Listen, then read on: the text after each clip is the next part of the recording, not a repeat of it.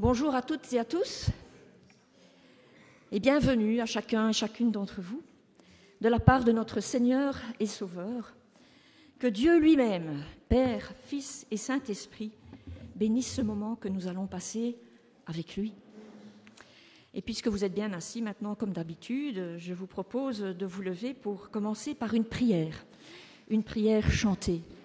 Notre Père qui es aux cieux.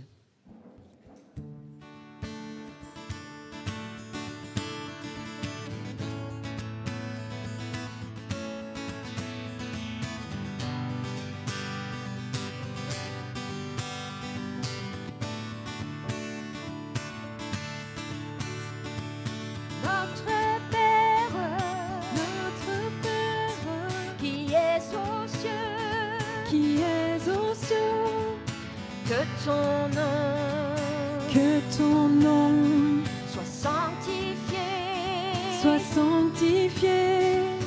que ton règne vienne, que ta volonté soit faite sur la terre comme au ciel.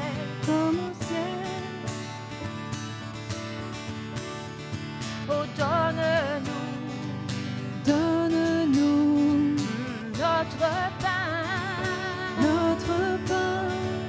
aujourd'hui et demain.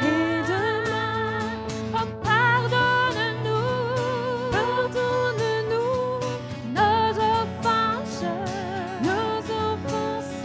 comme nous les pardonnons à tous ceux qui nous ont offensés. Ne nous soumets pas à la tentation, mais délivre-nous du mal. Ne nous soumets pas à la tentation, mais délivre-nous du mal. Car c'est à toi qu'appartiennent pour les siècles des siècles le règne, la puissance et la gloire. Le règne,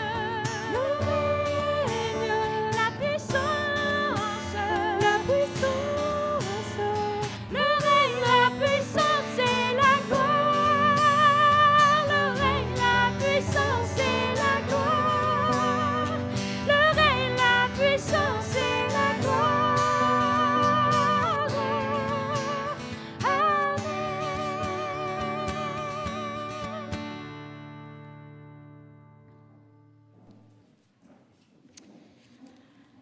Alors, à la suite de ce chant, j'aimerais vous poser 3 questions auxquelles j'aimerais bien que vous répondiez. Donc, participez. Quand vous chantez « Notre Père », sans réfléchir, quelle est l'image qui vous vient directement en tête, sans réfléchir? Un vieil homme sur les nuages? Il n'y a pas de fausse réponse, hein, c'est ce que vous avez entendu. Quoi d'autre? Autre chose? N'ayez pas peur, hein, je ne vais pas... Vas-y Léo. Le nous qui s'adresse à nous, ok. Autre chose, les enfants? Un papa, joli comme image. Et puis quand je vous dis Dieu le Fils, c'est quoi l'image directe? Jésus, autre chose? Il y en a qui ont dit quelque chose là, mais maintenant ils n'osent plus le répéter. Hein. La foi, la croix, hein, voilà. Il faut parler un petit peu plus fort parce que mes oreilles, elles deviennent un peu vieilles maintenant. Hein, donc il faut...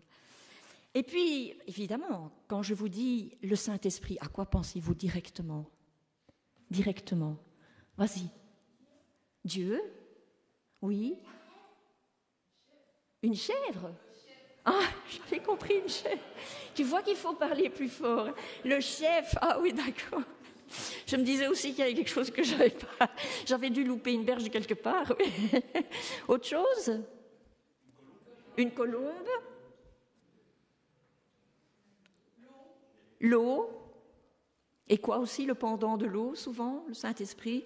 Le feu, oui. Eh bien, moi, honnêtement, quand il s'agit de l'Esprit, eh bien, je ne vois pas directement quelque chose. Je dois réfléchir une seconde de plus. Hein, et si je peux facilement communiquer avec une personne qui ressemble, enfin, avec quelqu'un qui ressemble à une personne, comme un papa parfait, ou comme Jésus, eh bien, je trouve que ça me demande un petit peu plus d'effort quand il s'agit de l'esprit.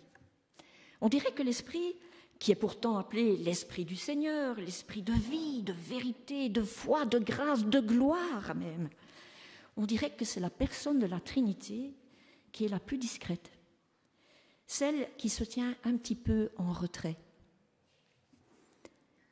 Mais est-ce que c'est vraiment vrai, ça ? Est-ce que ce sentiment de distance est justifié ?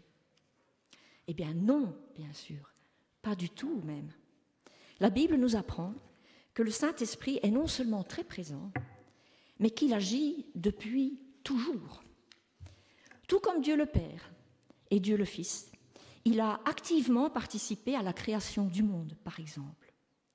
Et si je prends cet exemple, c'est parce qu'aujourd'hui, les enfants vont avoir un dimanche pas comme les autres, sur le thème de la nature. Eh bien, la Bible dit que le Saint-Esprit a participé activement à créer cette belle nature que Timothéo et puis Micheline vont essayer de vous faire découvrir. Alors, les enfants, avant que vous alliez faire de belles découvertes sur la nature, sur Dieu, je vous propose de chanter le chant suivant. Et vous pourrez alors rejoindre Timothéo et Micheline après le premier couplet et le premier refrain. C'était toi, c'est toi qui as tout créé, c'était toi. Le ciel et les étoiles, ces couleurs sur la toile, ce vent gonflant ma voile, c'était toi.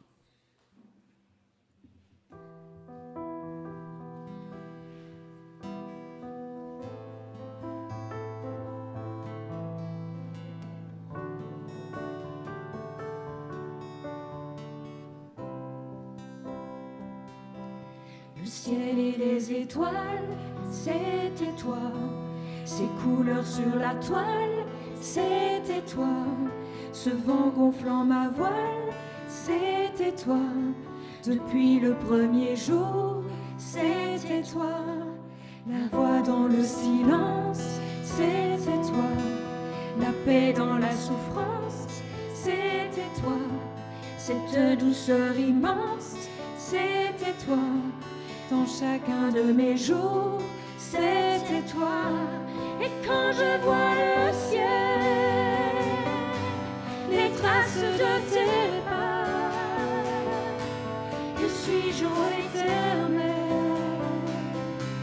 pour que tu penses à moi. Quand se posent mes yeux sur ton immensité, toujours oh mon Dieu, j'en reste émerveillée. La création du monde, c'était toi. Le temps qui suit sa ronde, c'était toi. Cette joie qui m'inonde, c'était toi. Depuis le premier jour, c'était toi. Dans les rires d'un enfant, je te vois. Le regard d'un passant, tu es là. Dans la main qui se tend, je te vois. Si j'ouvre un peu les yeux, tu es là. Et quand je vois le ciel, les traces de tes pas, que suis-je ô Éternel, pour que tu penses à moi. Se posent mes yeux sur ton immensité, que toujours oh mon Dieu, j'en reste émerveillée. Ô Créateur du ciel, ô Dieu de l'infini, sois la gloire éternelle et le fruit de nos vies, que nos voix comme un cœur s'élèvent jusqu'à toi pour louer la splendeur d'un si grand Dieu que toi.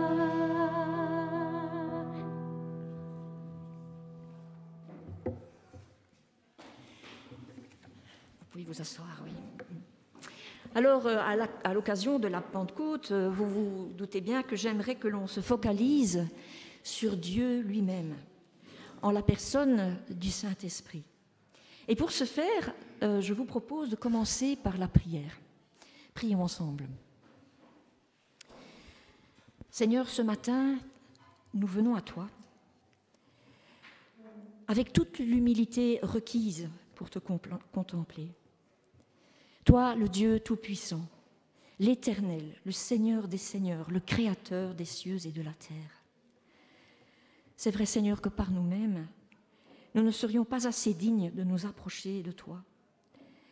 Mais dans ta grâce infinie, tu nous rends juste à tes yeux, tu nous accueilles, tu nous régénères, tu nous appelles tes enfants.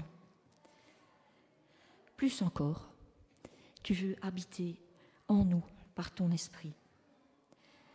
Seigneur, nous ne pouvons rien te rendre en retour pour ta présence, sinon un culte qui t'honore. Alors Seigneur, nous voici. Amen. On dit qu'à la Pentecôte, le Saint-Esprit a été donné aux croyants, aux disciples de Christ. Et vous allez avoir un texte qui va défiler devant vous, ou qui sera affiché devant vous, qui nous raconte comment cela s'est passé. Et je vais demander à plusieurs personnes de m'aider pour raconter ce texte. Je vais donc demander à Suzanne, à Jean-Jacques, à Ulrich et Andreas de venir près de moi pour m'aider à vous lire ce texte.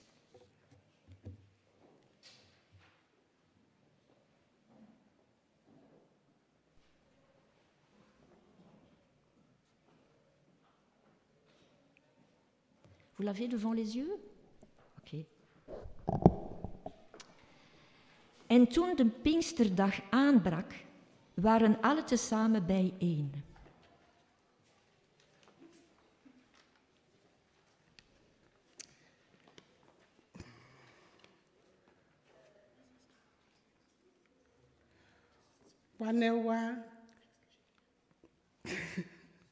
Wanewa gba prigba lago ni ekrizo ne na gba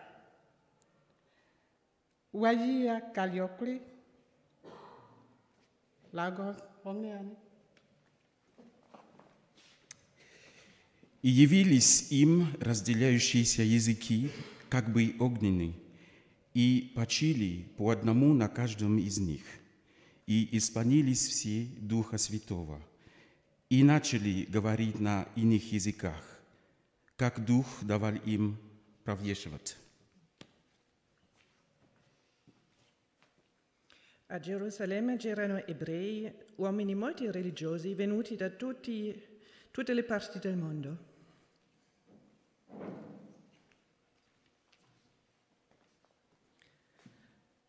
When they heard this sound, a crowd came together in bewilderment, because each one heard them speaking in his own language. Ils étaient tous profondément surpris, car chacun d'eux entendait les croyants parler dans sa propre langue. Vous avez remarqué, à part Suzanne, c'était tous des gens dont ce n'était pas la langue maternelle qui ont parlé dans une langue que le Saint-Esprit, ou que le Saint-Esprit leur a donné un jour d'étudier, en tout cas, et d'avoir les connaissances, le don pour les langues. Tous étaient surpris, en effet. C'est un peu comme ça que ça s'est passé, ce jour-là. Alors je vous propose de nous lever et de chanter ensemble « Manifeste ta présence, ô Saint-Esprit ». Oui Seigneur, manifeste ta présence, viens ranimer le feu que tu as mis en moi.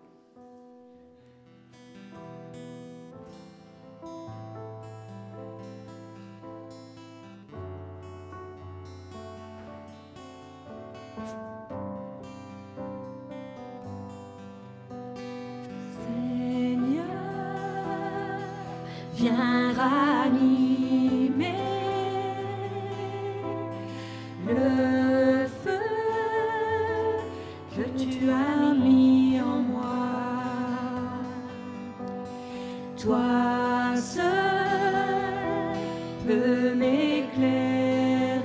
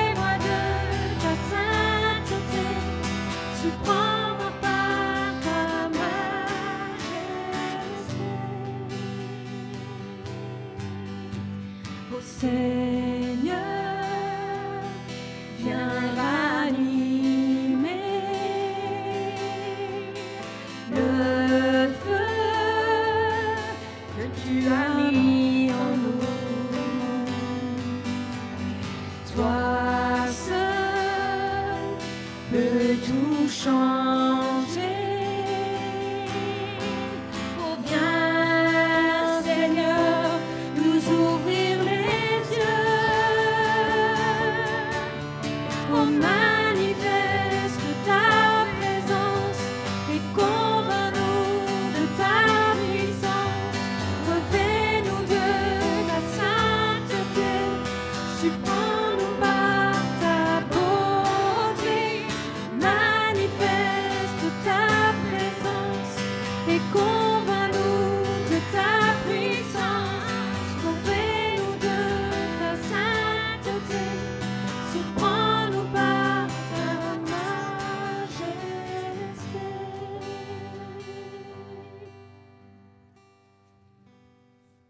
Vous pouvez vous asseoir. J'ai lu quelque part qu'en Indonésie, il existe une réelle culture de la solidarité. Ça s'appelle le gotong royong, j'espère que je le dis bien. Et dans les villages, les voisins allient leurs forces pour, par exemple, réparer un toit, construire une maison ou accompagner quelqu'un à l'hôpital. En fait, dans cette culture, on n'est jamais seul. Eh bien, la Bible nous rappelle que nous non plus, nous ne sommes jamais seuls. Et c'est la promesse que Jésus nous a faite à l'Ascension, et qui a été, ou avant l'Ascension, et qui a été réalisée à cette fameuse Pentecôte dont nous avons lu le texte en français et entendu les différentes langues. Voici ce qu'il dit, Jésus. « Je demanderai au Père de vous donner quelqu'un d'autre pour vous venir en aide, qui sera avec vous pour toujours. C'est l'Esprit de vérité. Il sera toujours en vous. » Mes amis, quel cadeau magnifique. L'Esprit de Dieu accepte d'habiter en toute personne qui place sa confiance en Jésus-Christ. Waouh! Il nous aide non seulement à croire en Jésus comme Sauveur et Seigneur, mais il nous aide aussi à vivre dans la foi. Il désire, nous est-il dit dans la Bible, nous conseiller, nous encourager, nous consoler, si nous voulons écouter sa voix. Alors je vous propose d'écouter sa voix en chantant le chant suivant. Souffle, souffle de Dieu, nous t'accueillons, viens purifier nos cœurs.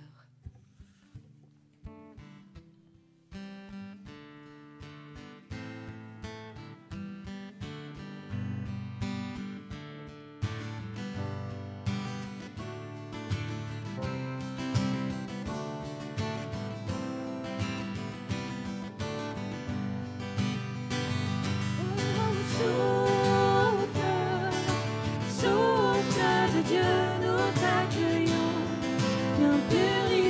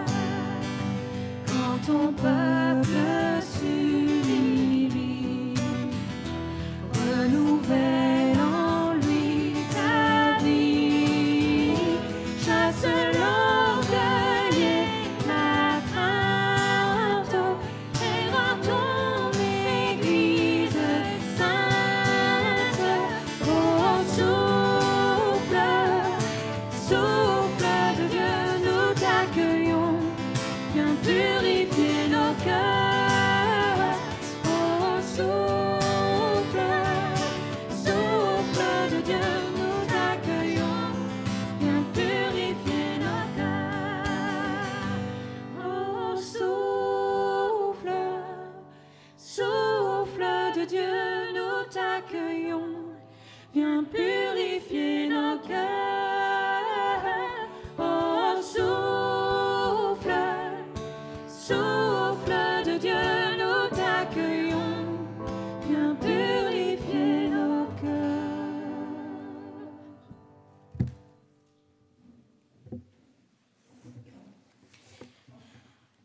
Le Saint-Esprit communique la vie du Seigneur. C'est une vie qui est marquée par le fruit de l'Esprit. La paix, l'amour, la joie, la bonté, la maîtrise de soi. C'est lui qui fait grandir ces qualités en nous, parce que nous sommes incapables de le faire par nous-mêmes. Non, Seigneur, nous ne pouvons pas nous vanter devant toi. C'est toi qui accomplis le travail dans nos vies. Tu es le seul digne de recevoir la gloire. Et nous allons encore chanter ce chant. Toi seul es digne. L'immensité de ta grandeur me montre que je ne suis rien. Mais quand tu façonnais la terre, j'étais déjà près de ton cœur.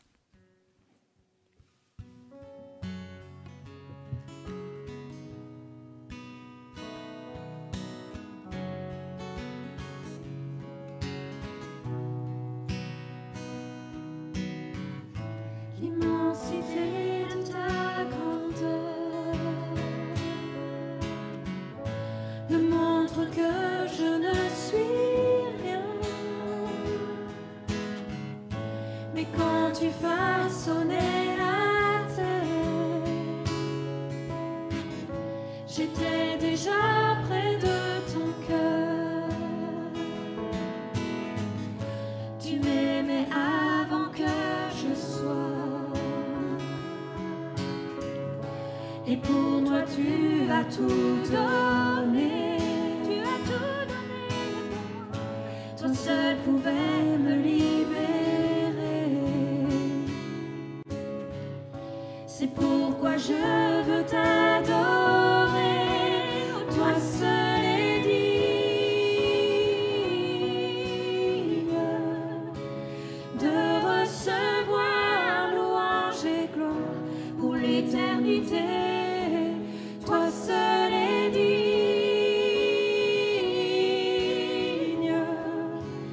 de recevoir louange et gloire pour l'éternité.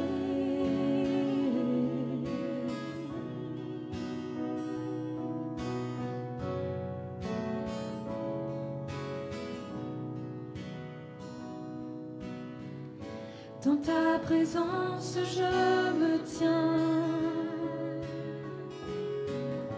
car tu as ce dont j'ai besoin, la joie, la vie et le bonheur sont dans tes parvis, mon sauveur. Toi seul es digne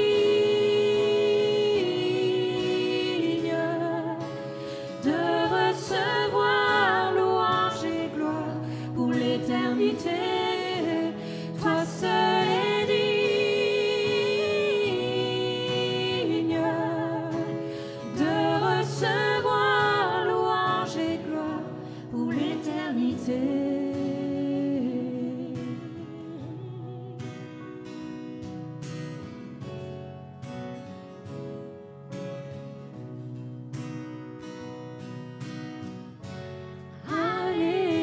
Alléluia.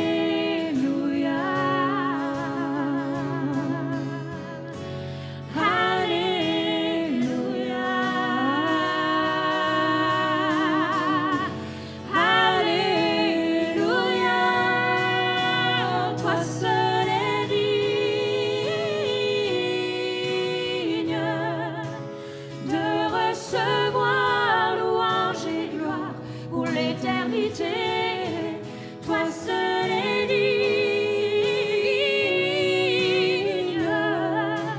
de recevoir louange et gloire pour l'éternité.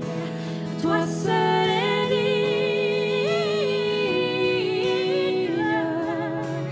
de recevoir louange et gloire pour l'éternité. Toi seul es digne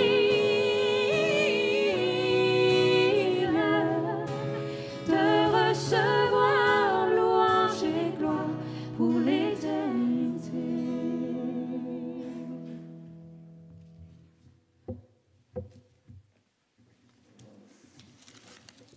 Voici ce que Jésus a affirmé. L'Esprit Saint vous rappellera tout ce que je vous ai dit. Il vous conduira dans la vérité tout entière. Il manifestera ma gloire. Car il recevra de ce qui est à moi et il vous l'annoncera. Ah oui, c'est vrai, je dois changer de micro, pardon. Vous avez entendu quand même? Oui. Le Saint-Esprit nous révèle le Christ. C'est lui qui veut toujours ramener nos pensées au Christ et qui veut nous façonner à l'image du Christ. Ça, c'est son travail à lui, implémenter l'œuvre de Christ dans nos vies. Et notre travail à nous, c'est de nous mettre dans les conditions pour le laisser faire, pour écouter sa voix, dans la prière, par la parole, dans les louanges, et aussi, pourquoi pas, dans la célébration de la Sainte Seine, parce que la Seine nous ramène aussi à Christ. Elle nous rappelle son sacrifice et le prix exorbitant que par amour, il a payé à la croix. Pour que Dieu puisse pardonner nos péchés, nos fautes, pour qu'il puisse nous déclarer justes devant lui et nous offrir la vie éternelle. Alors je propose que l'on prie pendant que les personnes désignées, il s'agit de Sylviane, Joël et Renaud, merci. Pendant que vous commencez à la distribution des éléments de la Sainte Seine, nous allons prier ensemble. Seigneur Jésus, nous reconnaissons que rien n'est plus saint que le sang que tu as versé pour notre pardon. Par ton esprit, nous voulons être à toi.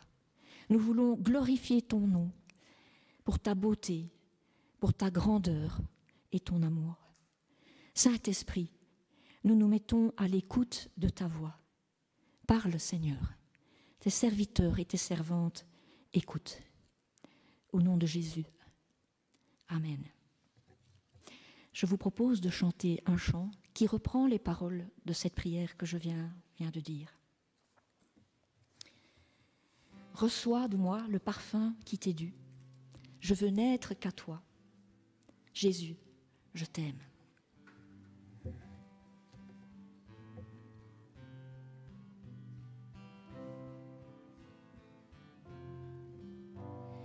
Reçois de moi le parfum qui t'est dû, la beauté de ton nom, oh mon âme est perdue, je veux n'être qu'à toi. Jésus, je t'aime. Oh, reçois du peu que je trouve à donner, tout l'amour que mes yeux n'ont pas su te montrer, je veux n'être qu'à toi. Jésus, je t'aime.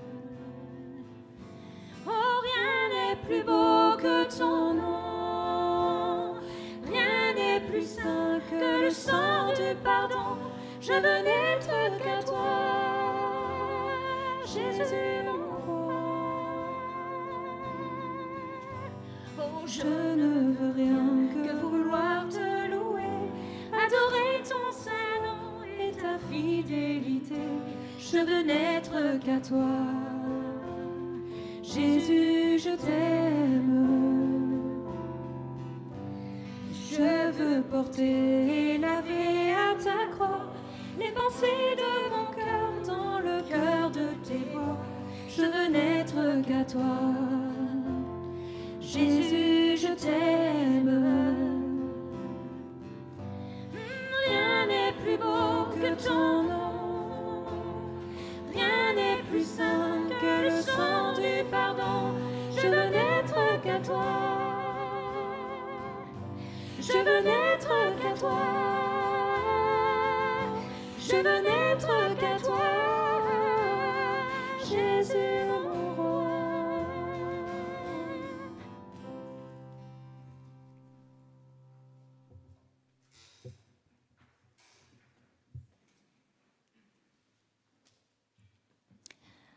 Oui Seigneur, pendant que la Sainte Seine continue, nous voici devant toi Seigneur. Restons un petit moment en silence et puis je céderai la parole à Lydia pour la prédication.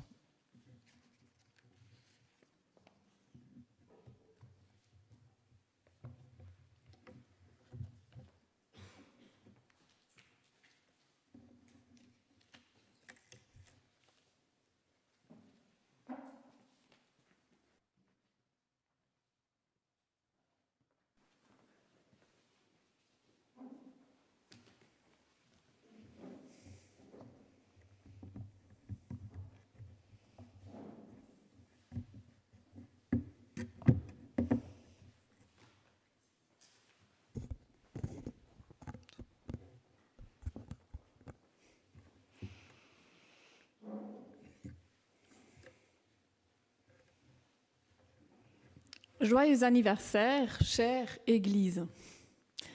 Oui, aujourd'hui, c'est l'anniversaire de l'Église. À la Pentecôte, l'Église est née. Nous célébrons donc à la fois la venue de l'Esprit et la naissance de l'Église. Non pas la naissance de notre Église locale, mais l'Église universelle, présente en tout lieu, en tout temps. L'Église, projet de Dieu, l'Église née sous son initiative. L'action de l'Esprit et la vie de l'Église vont ensemble, sont intimement liés. Sans l'Esprit de Dieu, pas de vie d'Église. Et je trouve ce lien très beau. Esprit et Église vont ensemble, fonctionnent ensemble. L'Esprit et l'Église sont tous les deux témoins de ce que Jésus a fait et continue à faire. Nous lisons dans le livre des Actes, au premier chapitre, à partir du verset 4. Un jour, qu'il prenait un repas avec eux, il leur donna cet ordre. Donc il est question de Jésus. Ne vous éloignez pas de Jérusalem, mais attendez ce que le Père a promis et que je vous ai annoncé. Car Jean a baptisé dans l'eau, mais vous, dans un peu de temps, vous serez baptisés dans l'Esprit Saint. Ceux qui étaient réunis auprès de Jésus lui demandèrent « Seigneur, est-ce en ce temps-ci que tu rétabliras le règne pour Israël ?» Jésus leur répondit « Il ne vous appartient pas de savoir quand viendront les temps et les moments, car le Père les a fixés de sa seule autorité. Mais vous recevrez une force quand l'Esprit Saint descendra sur vous. Vous serez alors mes témoins à Jérusalem, dans toute la Judée et la Samarie et jusqu'au bout du monde. » Impatience et lâcher-prise. Les disciples veulent savoir, ils veulent des certitudes. Verset 6. « Seigneur, est-ce en ce temps-ci que tu rétabliras le règne pour Israël ?» C'est la question que les disciples posent à Jésus quand il leur rappelle la venue du Saint-Esprit. L'autre jour, nous avons parlé à Jonas du fait que Jésus allait revenir. Jonas voulait savoir quand est-ce que ça allait arriver. Nous lui avons dit que nous ne savions pas. Mais lui, il a dit « Moi, je sais, à 49. » Moi, je sais. Dès le plus jeune âge, nous voulons des réponses, nous voulons des certitudes et nous croyons que nous savons. Peut-être qu'il y a aussi un peu d'impatience qui transparaît dans la question des disciples. Ils avaient pensé que Jésus allait chasser les Romains et rétablir le règne d'Israël sans mourir ou avant de mourir. Mais les choses se sont passées autrement. Maintenant que Jésus est revenu la vie, qui leur annonce la venue de l'Esprit, ils se demandent si c'est maintenant enfin le bon moment. Le moment que le peuple d'Israël attend depuis si longtemps. Pour eux, tout semble accompli. Cette impatience quant au dernier temps sera très présente dans les premières générations des chrétiens, elle est encore palpable aujourd'hui à bien d'endroits. Mais Jésus la répond simplement, ou il la répond pas vraiment. Il leur répond qu'il y a des choses qui ne leur appartiennent pas. Il ne dit pas non, il ne dit pas oui, il dit « Il ne vous appartient pas de savoir quand viendront les temps et les moments, car le Père les a fixés de sa seule autorité. » Jésus ne leur dit pas « Mais une fois que je vous aurai donné l'Esprit, vous connaîtrez tout ça. » Non, et ça nous dit aussi que même après la venue de l'Esprit, il y a des choses qui nous échappent et qui nous échapperont toujours. Mais quelque chose de rassurant est bien présent dans la réponse de Jésus. Il y a bel et bien des temps, des moments qui ont été fixés par Dieu, le Père. Il est au contrôle, il agira en temps voulu. Et ça nous suffit. C'est ça qui nous permet de faire confiance et d'accepter de ne pas tout comprendre. Il ne nous appartient pas de tout connaître, mais Dieu veut nous impliquer pleinement dans son projet. Il y a des promesses qui sont vraiment pour aujourd'hui.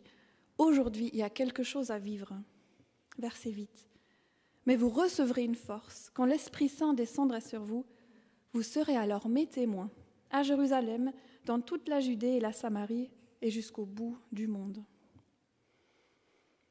Ces versets est aussi d'une certaine manière une réponse à la question des disciples. Car une chose est sûre, ça prendra du temps, beaucoup de temps, jusqu'à ce que l'Évangile atteigne les extrémités de la terre. Le rétablissement du règne d'Israël est pour un avenir bien lointain. Nous remarquons aussi que les disciples, pour eux, l'action de Dieu semble encore se limiter au peuple d'Israël. Est-ce en ce temps-ci que tu rétabliras le règne pour Israël ? Mais quelle surprise les attendra 10 jours plus tard à la Pentecôte. Il y aura des gens d'un peu partout de l'Empire romain. Le texte nous dit qu'il y avait des Juifs qui honoraient Dieu, venus de tous les pays du monde. Acte 2, verset 5. C'est-à-dire des gens de tous les peuples connus de l'époque. Il y avait des personnes nées juives et d'autres qui étaient issues d'autres peuples, mais qui s'étaient convertis au judaïsme. Pour le moment, ce sont donc essentiellement des gens convertis au judaïsme qui entendent l'Évangile ou des juifs nés juifs. Mais la suite du livre des Actes nous montre que l'ouverture au message de la vie en Jésus sera toujours plus grande jusqu'à atteindre les derniers coins et recoins du monde. Et nous, est-ce que ça nous arrive de vouloir limiter, même inconsciemment, l'action de Dieu à nous, notre famille, notre Église, parce que c'est quand même la meilleure, notre union d'Église, à notre pays, à ceux qui pensent comme nous? Mais ce récit nous met en question. Ce récit nous invite à élargir notre perspective et à accueillir cette ouverture à tous et toutes qui a déjà été annoncée dans l'Ancien Testament et qui accompagne vraiment la venue du Saint-Esprit. Voici un texte de l'Ancien Testament. En parlant du Messie, du serviteur par excellence, il est dit dans le livre d'Ésaïe, « Il m'a dit, cela ne suffit pas que tu sois à mon service pour relever les tribus de Jacob et ramener les survivants d'Israël. Je fais de toi la lumière du monde pour que mon salut s'étende jusqu'au bout de la terre. » Et jusqu'au bout du monde, nous allons retrouver ça justement dans le livre des Actes.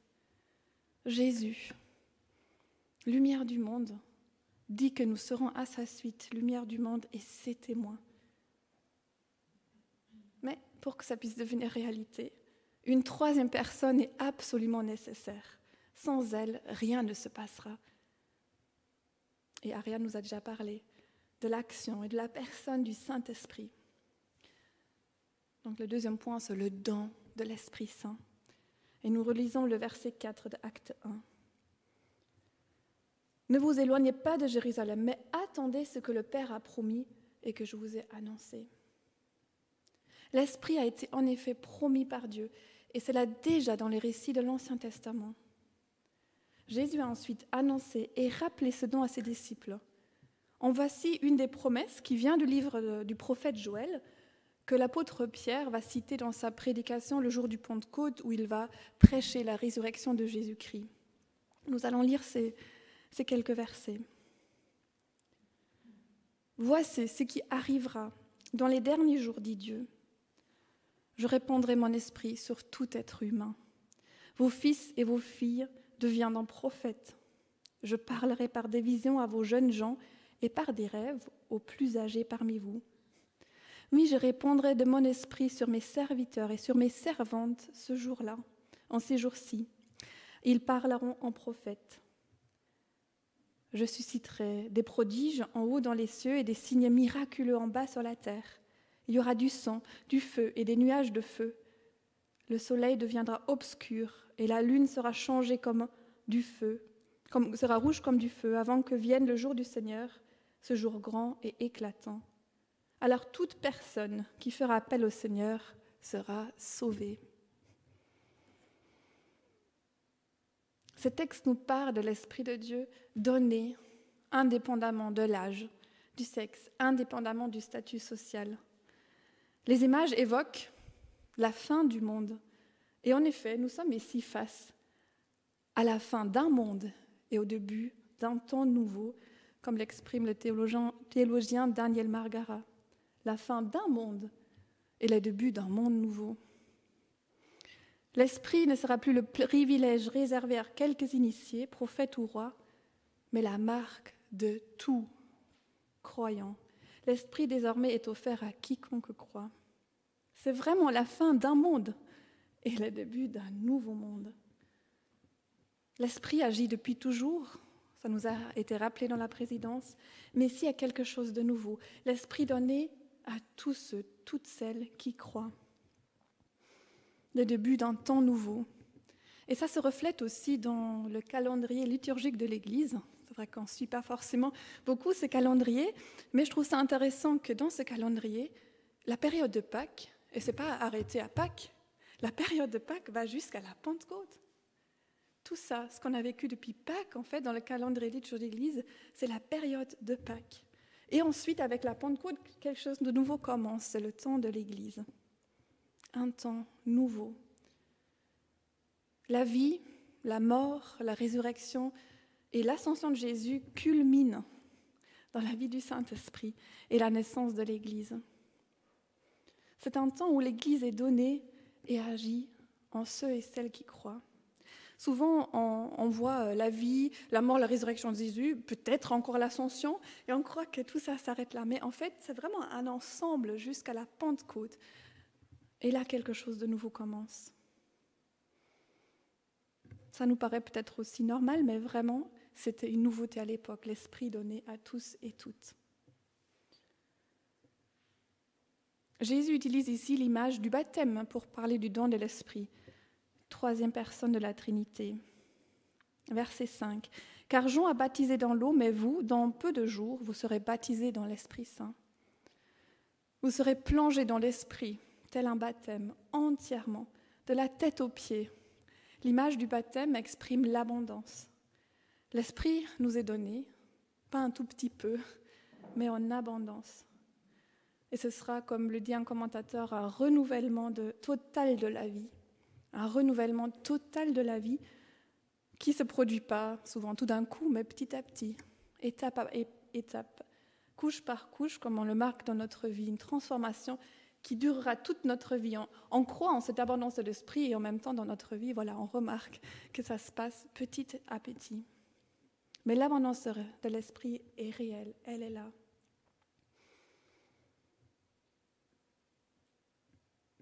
Le top départ du nouveau style de vie des apôtres, qui est d'être témoin, se passe le jour de la Pentecôte. Le jour de la fête des semaines, c'était une fête juive, appelée aussi fête des moissons. C'était une des 3 fêtes de pèlerinage dans le judaïsme de l'époque. Et cette fête avait lieu 7 semaines, plus un jour, donc 50 jours, après la Pâque juive, d'où le nom Pentecôte, le 50e en grec. On offrait les premiers fruits de la récolte le premier jour après la fête de Pâques, et 7 semaines plus tard, à la Pentecôte, on offrait à nouveau des fruits de la récolte pour terminer en quelque sorte cette période de la récolte du printemps. Et ce jour-là, à la Pentecôte, on offrait entre autres des pains qui ont été faits avec les premiers fruits, les premiers céréales récoltées. Quel est le sens d'apporter les premiers fruits de son travail à Dieu au lieu de les manger ou de les vendre? C'est dire sa dépendance à Dieu.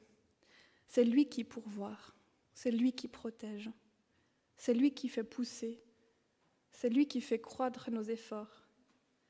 Il y a vraiment ici aussi un lien entre la fête des moissons et le don de l'Esprit. En accueillant l'Esprit, en restant à son écoute, en demandant sa direction, nous exprimons que nous sommes dépendants de l'Esprit, que nous sommes dépendants de Dieu. Nous confessons que c'est l'Esprit qui renouvelle en nous la vie, matin après matin, comme c'est Dieu qui fait pousser réellement ces céréales. L'Esprit qui renouvelle en nous la vie, matin après matin. Comme il est dit en 2 Corinthiens, c'est pourquoi nous ne perdons pas courage. Même si notre être physique se détruit peu à peu, notre être spirituel se renouvelle de jour en jour. L'Esprit qui nous est donné comme une garantie des biens que Dieu nous réserve, comme un acompte qui nous aide à croire en toutes les promesses que nous attendons encore, un monde où régnera la justice. Et avec le temps, il y a un autre élément qui s'est ajouté à cette fête des moissons. Donc j'ai lu plusieurs dates pour ça, donc je ne veux pas trop m'avancer. Mais on sait qu'avec ce temps, il y a un autre élément qui s'est ajouté, et c'est la célébration du don de la loi. Donc on fêtait ici, c'était une sorte de fête des moissons, et en même temps, on pensait au fait que Dieu avait donné la loi au peuple d'Israël par l'intermédiaire de Moïse. Et là aussi, nous pouvons faire un lien avec la Pentecôte. Pour comprendre la personne et l'œuvre de Jésus, nous avons besoin de l'Écriture. Pensons à la fameuse étude biblique dont Luc nous parle à la fin de son évangile. Jésus rejoint 2 disciples, les disciples qu'on appelle les disciples d'Emmaüs, et leur explique ce qui était dit à son sujet dans l'ensemble des Écritures, en commençant par les livres de Moïse et en continuant par tous les livres des prophètes. Et qu'est-ce qu'on lit dans le texte ensuite? Il y avait comme un feu qui brûlait en eux quand Jésus leur parlait en chemin et leur expliquait les Écritures. Et l'image du feu réapparaît le jour de la Pentecôte sous la forme de langues pareilles à des flammes de feu. Pour comprendre la personne et l'œuvre de Jésus, l'Écriture et le don de l'Esprit sont nécessaires. Les deux sont nécessaires pour pouvoir comprendre tout ce que Jésus a accompli. Les deux fonctionnent ensemble, vont ensemble. Et on le voit aussi dans la prédication de Pierre le jour de la Pentecôte, où il s'appuie largement sur des passages de l'Ancien Testament pour expliquer ce qui arrive là, ce jour-là. Le lien entre la fête de la Pentecôte et le don de la loi nous dit autre chose encore. Le don de la loi est un moment important, marquant, fondateur pour le peuple de Dieu, où Dieu conclut une alliance avec le peuple, une manière d'entrer en relation avec lui. Et le jour de la Pentecôte, c'est un moment marquant, fondateur pour l'Église, pour toutes les personnes qui se mettront à croire et qui seront témoins ensemble. C'est ce jour-là que la conclusion de la nouvelle alliance est pleinement aboutie. L'Église, une foule de témoins, est née. L'Église, une foule de témoins est née, et ça nous amène au dernier point. Vous serez mes témoins ensemble. Nous relisons le verset 8. Vous recevrez une force quand l'Esprit Saint descendra sur vous. Vous serez alors mes témoins à Jérusalem, dans toute la Judée et la Samarie et jusqu'au bout du monde. Dans le livre des Actes, il y a 2 sortes de témoins, 2 sortes de témoignages. Il y a d'un côté le témoignage des apôtres qui ont vu le Christ ressuscité, donc c'est le témoignage des témoins oculaires, et ensuite, tout croyant est invité à être témoin, à annoncer par sa vie, par ses paroles, mais aussi ses actes, l'action du Christ vivant dans sa vie. Et la tâche des apôtres et la nôtre à leur suite, même si c'est différemment parce que nous n'avons pas vu le Christ ressuscité. Mais cette tâche, c'est d'être témoin du Christ. Avec l'événement de la Pentecôte, nous voyons vraiment que la foi n'est pas quelque chose que l'on garde pour soi, mais quelque chose qui se vit, qui se dit. Vous serez mes témoins à Jérusalem, dans toute la Samarie, la Judée, la Samarie, jusqu'au bout du monde. On voit ici une progression. C'est vraiment tout un programme et on le voit aussi dans le livre des Actes. Les événements vont d'abord se passer à Jérusalem, puis à partir du chapitre 8 en Samarie, et à partir de là, de plus en plus de régions vont être touchées par l'Évangile. Mais le récit du livre des Actes se termine. Est-ce que les récits du livre des Actes se terminent au bout du monde? Pas vraiment. Se termine à Rome, qui était le centre du monde à l'époque. Donc c'est vraiment une invitation. Ça ne se termine pas au bout du monde, mais c'est une invitation pour nous à poursuivre ce qui a été commencé. C'est une invitation aux lecteurs, lectrices que nous sommes, à poursuivre ce qui a été commencé là et aller jusqu'au bout du monde. Il s'agit de prendre part à quelque chose qui nous échappe, que nous ne maîtrisons pas parce que c'est quelque chose de beaucoup plus grand que nous et parce que c'est le Saint-Esprit qui est au contrôle de cela et pas nous. Deux théologiens, Daniel Margara et Emmanuel Steffek, disent que l'Église est assignée à un déploiement universel de l'Évangile qui demeure pour elle une promesse, un défi, et non pas un acquis dont elle aurait la maîtrise. Et je trouvais ça très beau. C'est une promesse, c'est un défi, c'est quelque chose où nous allons participer, mais ce n'est pas un acquis, ce n'est pas nous qui contrôlons, qui maîtrisons tout ça. Et nous avons besoin de le relever ensemble en étant à l'écoute du Saint-Esprit. Remarquons que Jésus ne dit pas « Soyez mes témoins », mais vous le serez. Nous le sommes. C'est un constat qui invite à un élan de vie, qui invite à nous aligner à ce que nous sommes déjà. Vous serez mes témoins. Et c'est au pluriel. Vous serez mes témoins ensemble. Nos témoignages se complètent. Nos témoignages individuels, les témoignages de tous les enfants de Dieu, partout dans le monde, tous les temps, sont comme des morceaux multicolores d'un puzzle géant qui recouvre le globe entier. Tous ces témoignages se complètent et forment un tout. Nous sommes ces témoins ensemble et nous l'avons chanté tout à l'heure dans un chant. Seigneur, viens ranimer le feu que tu as mis en nous, pas seulement en moi, mais vraiment en nous.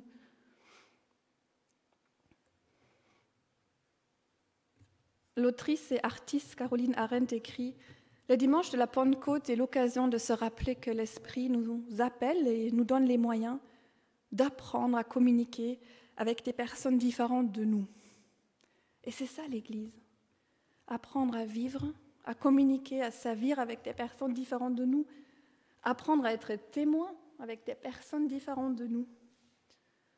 Et le jour de la Pentecôte, chacune des personnes présentes entend le message de la vie en Jésus dans sa propre langue. Ça veut dire qu'avec l'Esprit, la diversité n'est pas méprisée ou abolie, mais prise en compte et honorée. Il y a clairement ici une unité dans l'Esprit, mais pas d'uniformité. Nos différences demeurent. Mais grâce à l'Esprit, nous apprenons à vivre et à œuvrer ensemble. L'Esprit et l'Église vont ensemble, fonctionnent ensemble. Les deux sont témoins de ce que Jésus a fait et fait encore. Alors, joyeux anniversaire, chère Église. Lors d'un anniversaire, et c'est un peu un envoi pour aujourd'hui, on se réjouit de la vie de quelqu'un et parfois c'est l'occasion de lui dire, de le remercier pour ce qu'il est pour nous. Alors cette semaine, je vous invite à réfléchir à un sujet de reconnaissance en lien avec l'Église et peut-être, si vous avez l'occasion, de le partager avec quelqu'un. Amen.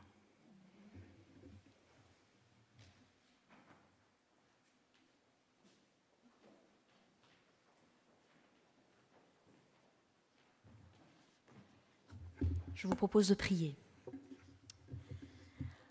Ah Seigneur, que la parole que nous venons d'entendre trouve par ton esprit un chemin dans nos cœurs, qu'elle nous transforme et qu'elle nous aide à mieux te connaître, à mieux t'aimer, à mieux te servir. Amen. Je vais céder la parole à Audrey pour les annonces.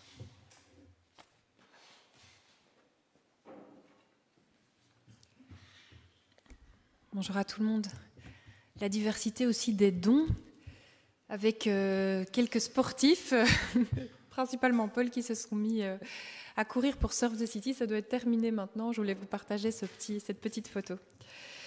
Concernant l'agenda de la semaine, on n'a pas de groupe de maison cette semaine, mais vendredi soir, il y a groupe d'hommes, le The Group. Et si vous voulez plus d'informations, vous pouvez aller voir Carlos, qui est au fond... Non, pardon, Yves. Mais Yves n'est pas... Ou Bernard. Est-ce que Bernard est là ? Voilà, Bernard est là. Excuse-moi, Carlos. Alors, le dimanche prochain, c'est une date importante. Nous avons Assemblée générale extraordinaire. Soyez présents, ça concerne le vote concernant Lydia pour la suite. Donc, on vous donne rendez-vous. Si vous ne pouvez pas être là et que vous êtes membre, donnez s'il vous plaît une procuration.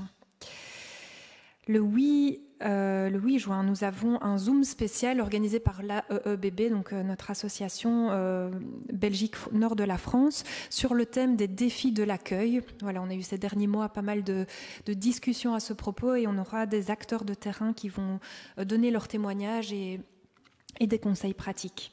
Vous pouvez déjà noter aussi qu'on va terminer l'année par un repas communautaire le 25.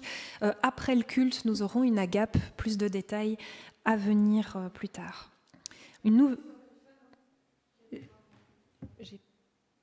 J'ai déjà passé... Non, pas encore. Donc, Stockelfen, c'était dans un autre ordre ici. Donc, ça, c'est déjà... Oui, pardon, c'est dimanche prochain, après l'Assemblée Générale. Donc, rassurez-vous, si vous voulez participer à la sortie Stockelfen, l'Assemblée sera extrêmement courte. Donc, il n'y aura pas de souci. Il y aura culte, puis l'Assemblée et puis la sortie Stockelfen. Pardon. Vous allez recevoir une nouvelle feuille des annonces aujourd'hui dans le lien du culte. Donc, si vous avez eu un oubli ou besoin d'aller vérifier une date, une heure, vous aurez tout ça par écrit dans le mail hebdomadaire. Je pense que c'est tout.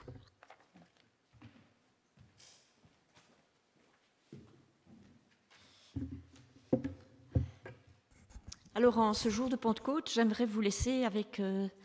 ces versets qui nous parlent du projet de Dieu pour nos vies. Voici ce qui est écrit en Galates, ce que Paul écrit en Galates.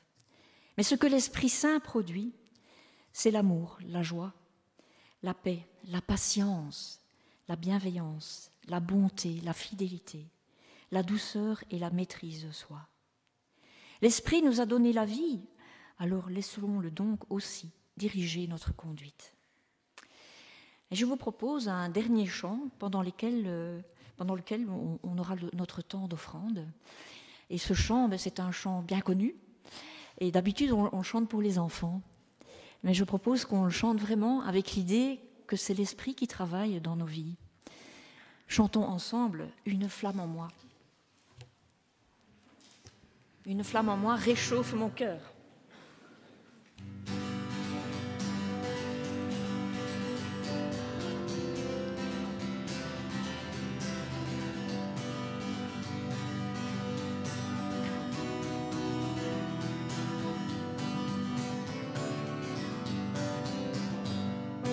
Une flamme en moi réchauffe mon cœur. Cette flamme en moi brûle mes malheurs.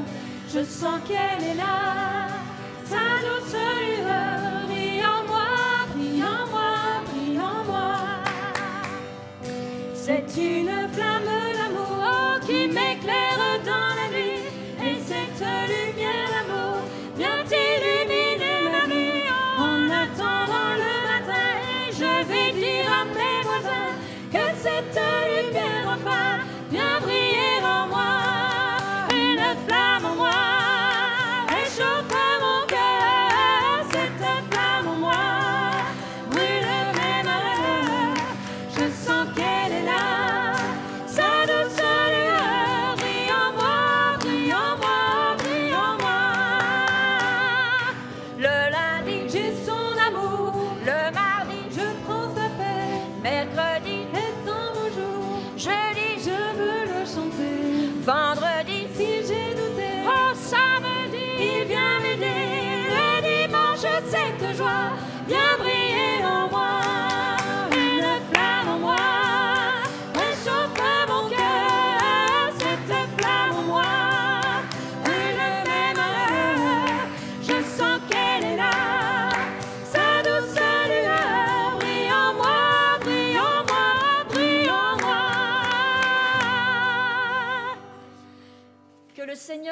je vais le dire avec l'autre micro.